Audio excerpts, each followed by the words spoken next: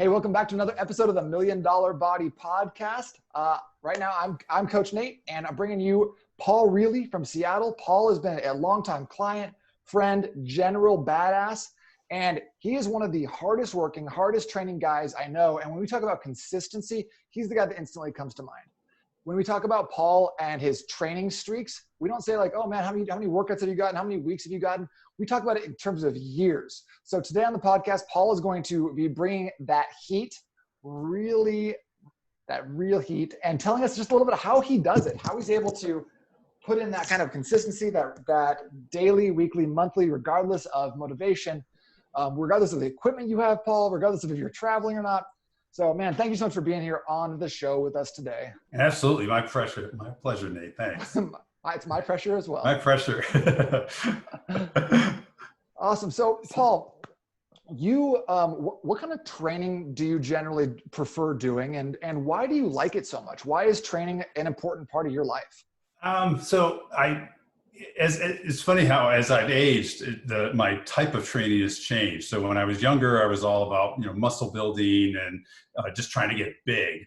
And now as I'm older, it's more to kind of maintain a certain level of muscle. And the only way I like doing that is through high intensity training. So the workouts that you provide for me, Nate, always end up going to whatever goals I have. Like I want to work on my arms this time, or I want to work on my abs, but it's always in a high intensity, get it done, hour 15 max, because I lose my attention span then. And it's just maintaining that consistency, doing that kind of workout. How many days per week are you generally training? So you set me up as a 6-day-a-week training. The seventh day for me is, I always consider that active rest. Sometimes I will just zone out. I will just take that day and just chill and not do a thing. But then most of the time I want to do something. And if the weather's really nice, and this weekend was an example of that, I took advantage of it. Instead of having my off day, I just added a different workout or another workout in and did hill sprints. Just to do something. Just a light day. Just a light day. I like, and this is something I learned from you too, Nate. I like to listen to my body. And, if I feel like, hey, today I want to get out there and I'm just going to, I'm going to kick butt doing hill sprints, I do it. Then again, I might have a day during the week that I'm supposed to, let's call it, do a leg workout or a chest workout, but maybe I had a long day at work and I just need to listen to my body and say, you know what? No, today I'm going to chill. I'm going to do this as my rest day, move my workout around that way. So it's just a lot of flexibility is what works for me. Yeah. Least. That's great. And I like what you said about the high intensity training. And I know you sometimes will push it to an hour 15, but I feel like a lot of the workouts that you're doing are taking about 45 minutes to get through the actual workout component without the cardio and stuff as well, right? Yeah, that's true. Yes. Yeah. And then you mentioned listening to your body. How does one get to the point where they can listen to their body and actually hear, not like, oh man, you know what my body wants? Cocoa Puffs. You know what I want? Nice IPA. My body said so. Yeah, right. How do we get there?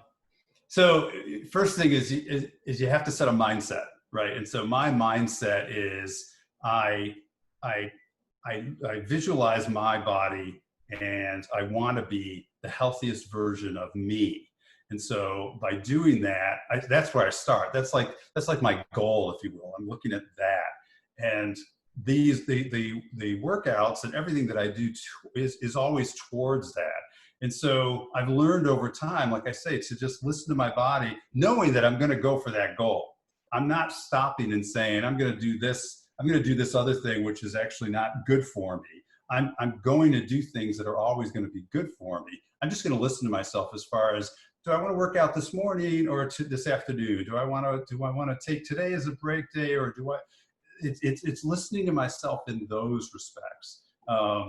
If I'm having pain, because that's another thing as we age, I start getting a little pain in my knee or something like that. I'll always reach out to you, Nate, and say, hey, I'm having this. What do you think? And you'll help me again, kind of interpret what my body is saying to me, to be able to kind of adjust and make some adjustments to my workout. that way. So I think it is just like I say, focus on a long-term goal, and as long, a healthy long-term goal, and just listen to your body as you're going towards that goal. Not, not the, I want chips and salsa every day, or, I want to drink that IPA all the time. You gotta kind of gauge that, wait a minute, is this going towards my goal, or is this just, helping to satisfy this urge that I have for this particular thing? Gotcha. It sounds like you said that it's like on a daily basis, you're kind of visualizing you said the healthiest version of yourself. I'd love to unpack that a little bit more, because I know that, that's going to be vary from person to person. And you also do still have some physique goals as well that you're trying to hit, and you want to look a certain way. Is that, how much does that factor into your kind of long-term version of Paul's healthiest self? You mean the physique goals? Yeah. Just like looking a certain way. Cause I think that at the end of the day, people, whether we admit it or not, there's some vanity aspect of training, which is totally cool, right? That's totally true. Yeah. And the thing I've learned though too is, again, I used to look at other guys and think, I want to look like this guy, or I want to look like this guy. I want to have a body like this guy. And, and something that's come to me numerous times from people is I'm looking at guys who are in their 20s and 30s thinking, I want to look like this guy.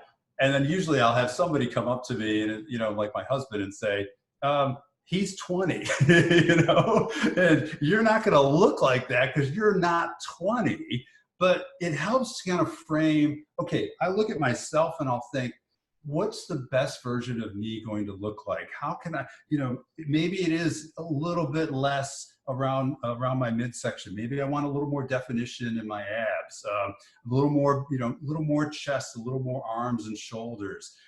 It's those things that I'll look at, and that's where I come to you then, Nate, and I'll say, hey, I think I want to build a little more in my legs, or I want to build a little more in my glutes, or whatever, however, whatever muscle group there is, and we will grow that, the workouts for that term, whatever it is, the next month, based on that goal, that kind of that short-term goal. So I think that's really been helpful too. One thing you didn't mention, Paul, is that guys come up to you and go, how do I look like you? How old are you, 41? How do I look like you? Yeah, right. You're like the only person I know who's like aging backwards right now. Yeah, the funny thing is, of course, now we're in the age of COVID and we're not in the gym right now. But when I was in the gym, I'd have guys come up to me and they would, sometimes somebody would say to them, like one of the other trainers who knew you, let's say, and knows how old I am, would tell this other person, oh yeah, that's Paul, because I've been there forever. That's Paul, and he's 58. And they're like, no way. And then they'll come up to me and they'll just start talking to me, what's your workout? What do you do? What's the secret?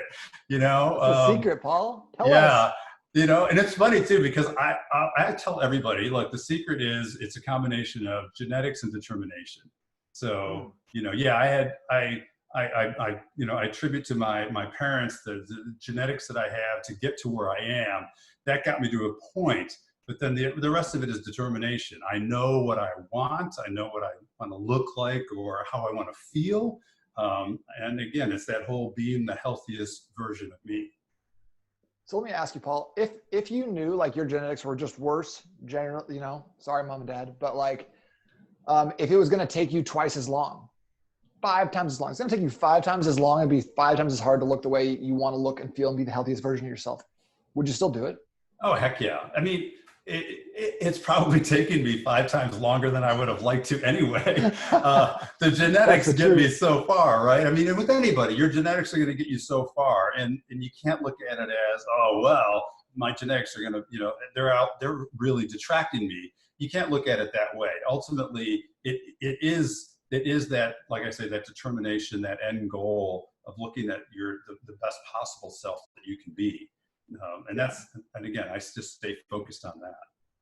And so I want to go back. You had mentioned earlier that like okay, let's work on the legs. Let's work on shoulders. Let's work on abs. Let's work on arms a little bit. It seems like you're always trying to like tweaking stuff, you like visualizing who you want to be, how you want to look, and then tweaking stuff in your program to keep it interesting, but staying the course on it, having a little bit more like a longer term perspective rather than being like week to week, you're month to month. in terms of like, okay, let's work on arms this month. Okay, well, next month we're going to work on a little bit more on this. And Yep. it sounds like that's helpful in keeping you interested in the kind of the day-to-day training program. Definitely. And I know everybody's going to be a little bit different on this one. I know from my perspective, I kind of have like this attention deficit when it comes to workouts. If I get into the same workout over and over again, and I know some people may love that, I can't do the same thing over and over again for weeks on end. And I like the way that with the way, Nate, you've kind of switched it up for me, and even just incrementally, like from week 1 to week 3 of my month, incrementally it's growing, right? I'm doing more reps or more sets or something. That's just helping to stimulate it as well. But then at the end of the month, it's like, yeah, those are done. Now it's time for a new set of exercises, and I really get excited by that. It really excites me to start something new. And again, to me, it's the whole body shocking thing, right? Too. I want to shock the muscles. I don't want to just do the same thing over and over again. I want to do something new and something exciting. And plus it'll interest me too, that I'll want to do it more. That's cool. Yeah. And I like that. I like that you get excited about that. It's really fun when you can geek out on like, a different type of press or a different type of pulling movement. You also mentioned earlier about like the genetics and genetics taking you only so far. Are you familiar with like the kind of the emerging field of what's called epigenetics, Paul? No, not at all. I haven't heard that yet. Epigenetics, generally speaking, I'm not an expert by any means, but is the study of your genetics as they relate to your lifestyle. So like, for example, someone might be like genetically inclined towards high blood pressure or diabetes. It runs in your family. It just is what it is. But if you're smoking and eating Pop-Tarts on the couch, 7 days a week, then those genetic markers, those negative things can really come out and be fully expressed because your lifestyle is so poor. On the flip side, you might be like a genetic god of muscles, but if your lifestyle doesn't like point you towards the gym and eating healthy and having enough protein, those genes won't ever be expressed. You'll never know what you're capable of. Right. So yeah, I think that genetics has a huge part in it, but also what is the lifestyle? What is the environment we're giving our genes to be able to either emerge or repress those negative things via healthy lifestyle, training really hard, that sort of thing. Yeah, and that's a good point too. And I'm glad you brought that up on the epigenetics. So it's not like, what I should say is the genetics I inherited, whereas my dad has a heart condition, and he in his early 50s had his first heart attack and another one then in his 60s. That actually was a wake-up call for me to say, okay, those are passed on to me potentially. The only way I'm going to be able to combat that is through healthy lifestyle choices. So, my dad smoked for 20 years, but otherwise he ate the Mediterranean diet. This living in Sicily. Exactly. So that's what you do, right? But the smoking is probably what, didn't help him much either.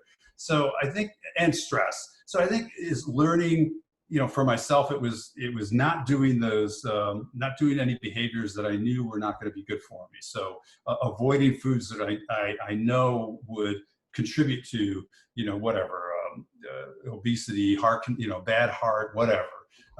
And also those things like smoking or whatever, and avoiding those as well. And I really like what you said at the beginning of the podcast about having like the ideal Paul, the healthiest Paul. So when you make a decision, you can kind of run it through that filter. Would healthiest Paul do that thing? Would he smoke? No. Would he have like extra servings of chips and salsa? Probably not. Yeah. Like you gonna have a drink every so often? Yeah, sure. That fits into it, right? Right. Do he train a lot? Yeah. You make choices based on your priorities. And it sounds like your priority is being your healthiest, most physically fit, like yourself, right? Absolutely. Yeah. And taking care of mind and body in this too. So I think that's important. Yeah. Do you find that there's any mental benefit? Like I've told my wife many times, I'm like, if I don't get a workout in, well, she's told me this. She's like, I don't want to be around you. Like, you better go get a workout because you're really annoying right now. Yeah. I don't hear that. I am the one. I am the one actually who projects actually onto my husband. If I don't work out, it's like this is not going to be a good day. It's like if I don't get my workout in, because sometimes we plan a weekend or whatever events or whatever, and I'm clear that, look, I have a workout that I'm going to do today, and if I don't get it done, it's not going to be pretty, and that's on me to make sure that happens then. But yeah, to me, it's I don't know maybe it's the release of endorphins, maybe it's the fact that I'm going towards that best version of myself, but whatever it is, doing the workout helps me just be a better person mentally. And it helps me get through each day. I look forward to the workout every day. And I told you, Nate, before we started, I'm going to do a workout here as soon as we're done, because I've been looking forward to it. It's leg day today, and I'm really excited about that too. So I definitely, I look forward to the workouts. And then when they're done, I feel this sense of, not relief that, oh God, the workout's done, but this relief that, yes, I got through week 2 leg workout, on to the next one. Boom. There's a sense of accomplishment there too, right? Like I did it. Like, I think that you can take this to an unhealthy place for sure. But like, I did this, like how many other people will have gone and done and worked as hard as me, like on one hand. Right. On the other hand, it's like, I said I was going to do a thing and I kept my word to myself. Like, that's a powerful sensation, isn't it? Yeah, exactly. Yeah. And for me, it's that sense of accomplishment. I'm one of the crazy people that likes to check off stuff on a list. So it's on my list. I'm going to do it. Yeah. That's one thing I love about the app is you actually get to check everything off as you go. Check. Yes. Now, do you log your weights? I did in the beginning. I haven't done that in a while. But the funny thing is, you mean my body weight, or you mean the weights that I use? Sorry. The weights you're using. The weights. Absolutely. I always do that. Yeah. Sorry. I mean, I knew the answer to that question. I was like, wait a second. Yeah. Sorry. I was trying to think. It's like, wait a minute. Yes, I always log my weights. What does that do for you mentally? If nothing else, it's great because when I do the exercise the next time, I can't always remember. It's like, what did I do last time? And I look it up and then I remember, oh, okay. And sometimes, I'll think, that was actually pretty light last time. I'm going to add to it this time, or vice versa. Maybe it was like, oh, that was really heavy actually. And, I need to take that down a notch. But I adjust it as I go too. If my first set ends up being really easy at 30 pounds, then I'll try 40 on the second set, or vice versa. If it was like, I tried it at 40 and it was like, whoa, too much.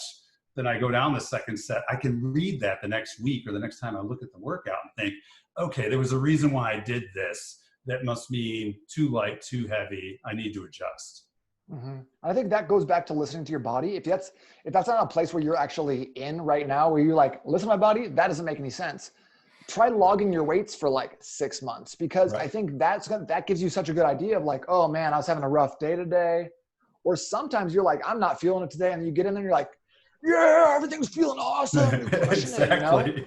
And you just don't know until you get after it like that. Yeah. But I think logging your weights, I think for a couple of reasons. Number one, it's fun to see, okay, here's where I was, here's where I'm going to, here's kind of like, and it puts you on a little bit more of like a mathematical, like if you're trying to build up strength, right? It's like, I know if I did 50 reps at 8 reps at 50 pounds, I need to do 9 reps at 50 pounds to do a little bit better. Exactly. Yeah. And then there's again, that going back to that personal pride, you beat your old record, you improved. You couldn't have not improved if you did one better. That's right. Exactly. How many people get that on a daily, weekly basis? I don't know the answer to this, but how many people feel like every single day I did better than yesterday? Yeah. I don't know the answer to that, but I know I feel it. I feel it at least for my workouts. It feels good, doesn't it? It feels awesome. It just, it really does. It really does. Again, going towards that goal, this is the way to get there. Mm-hmm. Absolutely. And so we kind of touched on this already. You mentioned a couple different facets of this, but Paul, you're extremely consistent. I'm guessing. I am just using my CSI right now. Okay. That you have not been motivated every single day for the last 7 years. You've not been just like pumped full of motivation and no, there are days that I'm thinking, I just, I want to take a break, or I want to eat comfort food and not work out, or so on there's days a lot. When you're not motivated, what do you do? So again, if it's a day that I'm not feeling it, then usually I'll just take it as a break. I'll take that as an off day. If I've overtrained, and you've caught me on this a couple times, that I've just been going way too crazy, way too long. Okay, and then I need to take a break. And if I'm going to go away, you'll tell me, you know what, just chill. Take a few days off, just chill. Don't worry about it. Work on your mind, journal, do some important stuff like that, but don't worry about the workouts for a few days. And that helps kind of reset me as well. So that's good too. Not few weeks, just a few days, just to get myself reset. That's okay. And I don't mind doing that once in a while, like I say. But if it's just a day, I'm not feeling it, you know what, I won't do the workout, and I'll get on the calendar on the app, and I'll just switch things around and move my day off to that particular day. What about when there's a day when you're like, your body's feeling good, you just don't want to? What do you do then? Busy, you got stuff going on, there's some things. What do you do? I usually try to push through. I don't like missing. If my body's feeling good, then I really like to, I just like to push through. I don't like to not work out. I don't know. That's a tough one, because I'm trying to think over the last time it happened, what I did. Yeah, I think I just still push through. I was pushed through on those days. I mean, like that. I mean, that was even me today. It's hot and it's humid right now, and so I'm in my house and I'm sweating, and I went out into the garage to do my workout, and I was just like dripping sweat. Yeah. But I always kind of give myself off, like let myself off the hook. I'm like, I got to start it up. If I can get 15 minutes in, and I want to quit after 15 minutes, I just don't feel good. Okay, right. I'll stop. Right. But if I can go in there and start it, I never want to stop after 15 minutes because I'm feeling good. And you start to get that release of endorphins that you talked about. And also, I just think, like, as men, we need a place to like release our base, like lizard brain self. We need to like go do something, right? Exactly. Push something around, to be like almost like physically violent in some way, whether that's pushing weights, punching a punching bag, like, being out in the woods, chopping wood, like whatever that looks like, we have to release our energy somehow, right? Yeah, exactly. And I think once you do that, you're like, much better. Yeah. And again, I always know how I feel after the workout. So that's always a motivator for me. If I'm not feeling it emotionally or mentally about working out, I'll just put myself into that mindset of, yeah, but every time I work out, I feel great afterwards. So why not? And so that's what keeps me going with it. That's excellent. Yeah. So, Paul, is there any, I know I asked you for the secret earlier, but like, what would you say to someone who's like been kind of on again, off again, hasn't really been able to develop, like hasn't really gotten into the habit and like fully embraced it? Like, what would you tell someone who's kind of been on that fence? Because I don't think that anyone really listening right now is like, I don't work out, I don't do the gym. But like, right. But I definitely know that people are kind of, killing it and then fell off. 2 weeks becomes 2 months, becomes, 6 months. What would you tell that person? First thing is, I mean, you really have to, I don't know. I don't want to say, I don't want to be harsh about it, but you gotta own up, right? You gotta say, okay, it's almost like, I have a problem, it's like, okay, all right, I get on this bandwagon and I get off of it right away. So I need some accountability. I need somebody to help me with this. And I think that's where partnering with someone like you, Nate, so partnering with someone who's either into fitness, a friend or somebody who's at the gym with you, or in this case with your trainer, somebody that you can partner with to say, look, this happens to me on a whatever consistent basis. I need some tools that'll help me through that. The tools that I've used, and I said it from the beginning, is visualizing your ideal self, who you are going to be or who you want to be, and that's your motivator, that's your goal. And then each step of the way, just working towards that. But I think working with an expert, like yourself, really is what helps, because I may think I'm going to gung ho and I'm going to jump in and I'm going to do all this stuff for my legs or whatever. And you'll be like, whoa, hang on a second. You're going to do these 5 things today, and that'll be enough. Trust me. And you're right. It is enough, because I think if I try to do all the other stuff, trying to get to the goal faster than I really should be, that's just going to make me burn out and feel like, okay, this is a waste of my time and I don't want to do this anymore.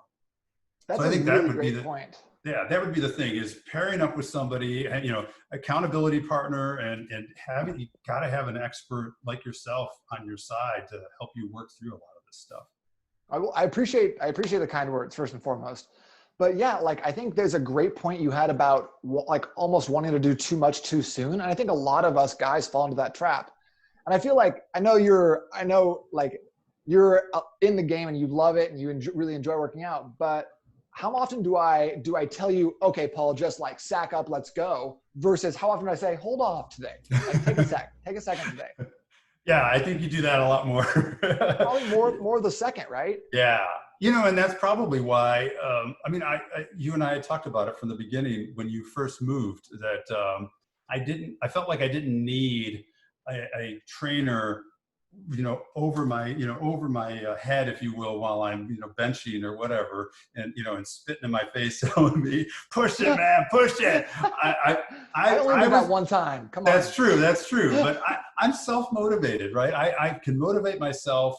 I need somebody to help me with those tools. And that's why I was saying, if for anybody who doesn't have a trainer, an accessible trainer, a good trainer like yourself, there's a difference. You can get any trainer in the world, but you want somebody who's really good and who thinks in terms of your goals, not their goals. So in this case with you, Nate, that's what you do for me. But if I need some accountability, I have, people at the gym that I can talk to. I have friends of mine that say, gosh, I don't know, I'm not really feeling it or whatever. And they can help motivate and push me too. So I think it's a combination of things. It's not just, you can't rely on just one person to be that sole motivator. And you do need it on your own too. I motivate myself ridiculously, but I still sometimes need somebody to say, don't forget, you got to work out today. And I have friends that do that for me sometimes too. And you motivated the hell out of me too, Paul. But I love that point too. It's not just about how hard can I push myself, and it's not about like how much my trainer can yell at me. It's like, are the people that are surrounding me, are they health conscious as well? Because it's not just the food and the training that you put into your body, it's also the conversations you have and the media you consume and all the other things that kind of go in and create the healthiest version of Paul. Exactly. So who are your friends? What was that? Sorry. Sometimes I just get in a mood where I just karate chop my headphones. I'm so mad. What was your question? I'm sorry, I didn't hear. It's like, who are your friends and what are their priorities too? Because if all your friends want to do is sit around every night and drink, then the chances of you being healthy, hanging out with 5 people like that, is low. It's hard. Exactly. Yeah, it is. So I love what you said about that. Yeah, definitely. Surrounding yourself with others, like-minded individuals, if you will. Not to say you shouldn't have friends that want to party and want to have fun. I have friends like that too. But for sure, but it can't be 100%. No, exactly. Yeah. So, Paul, I just want to say thank you so much for being willing to come on and have an open conversation about training and motivation. I think it's something that, a lot of people will look up to you in that way because you have been so consistent when you've done something for so long. You're not like this year zero evangelist being like, oh, come try this program. Like, you're like, no, I've been through several iterations of training. I've tried a ton of different nutritional strategies. I've seen what works and what doesn't from a large scale perspective. So just curious, what's your one thing that comes to mind if you were just going to give someone here's a hot tip. Here's something that you can add into your life right now that's going to make a big difference, whether it's an exercise, a way of eating that you really enjoy, a supplement, what's something that's that is exciting and fun and has made a difference for you? Wow. Paul's hot take. My hot take right now is it's not physical. It's more mental and emotional. I'm really on a kick with journaling again. I started journaling years ago, and so journaling to me is like maybe some workouts might be to some people, right? I do it, I don't, I do, but it's really helped me to journal every day and to write things that I'm grateful for each day. That's really helped me physically. That's helped me emotionally. Everything about my life has changed just because of that, and so. That's my tip. If you're not doing it now, just writing, and it doesn't have to be anything like multiple pages or crazy. Just sit down, write how you feel and just what you're grateful for that day. I think that's huge. That's a great tip. Yeah, I like that you took it somewhere that's not just like bench press. But Yeah, exactly. I wish I was back in the gym bench pressing, but I'll take what I get right yeah, man. now. And I gotta say, I gotta give it up to you because it doesn't really matter. Like, because I wanted to go into this a little bit. We're gonna wrap it up pretty quick, but you work out really hard at the gym, but you also travel and you work out hard in hotel rooms. And then you also will go to your parents' house in Sicily and have no equipment and work out hard with like a set of sliders and a band, you know, and then Exactly. and now we're at home again and you have a suspension trainer and 230-pound dumbbells and Yep. you still get it in. So what I like about you is that it's not necessarily like, where are you going to the gym? What kind of program are you up to? Like, you are the gym. You are going to get a workout no matter Exactly. what, whether it's hills, whether it's like a leg workout using this, what you have at home, whether it's a hotel room, whether it's just a dirty old treadmill. I know you're going to get it in because that's who you are. Yeah, exactly. And I always do it, but again, I have to attribute a lot of this. I know the Mutual Admiration Society. I have to attribute a lot of this to you because I will tell you, look, Nate, I'm going to Sicily for 2 weeks, and I'm going to have this equipment. What do you think? And you'll design a workout for me that works in that setting, and I will do it. I know it drives people crazy. Even my parents were like, "He's not here. He doesn't see you." It's like, doesn't matter. I have to do this. I am accountable to myself now. It's just the way it is. So that's what's been great with it. Awesome. Well, thanks, Paul, so much for coming on the $1 Million Body podcast. I really appreciate you. Appreciate all your hard work and appreciate the wisdom you brought to us today. Thank you. Thank you very much. If you're not already a part of the $1 Million Body group on Facebook, make sure to check that out if you're looking for more hot content like this, or like a workout you can do in your hotel room or at your home, or using a suspension trainer. That way to get there is n8trainingsystems.com/group, n8trainingsystems.com/group. And as soon as you jump on in there, I get you set up with some great content. Thank you guys, as always, for listening. Make sure to smash that like and subscribe button. And we'll talk to you very soon.